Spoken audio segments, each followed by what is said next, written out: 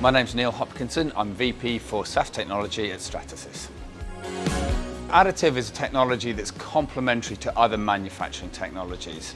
I think it's important for visitors to the MACH show to recognise that if they come to the AM Knowledge Hub, they'll get an opportunity to see how additive can work alongside other more established manufacturing technologies such as CNC machining or injection moulding. It's great that visitors will be able to see the technologies on the stand, but really the depth of information that they'll be able to receive is going to be by speaking to the experts. By coming to the AM Knowledge Hub, visitors will be able to see lots of different applications on a range of different technologies, so they can find where it does work for them, and also in certain cases where the technology isn't right for their application. So if you're considering coming to the MACH exhibition, I really advise you go to the AM Knowledge Hub. This gives you an opportunity to really learn about the technology in depth and to make informed decisions about if or if not to adopt the technology.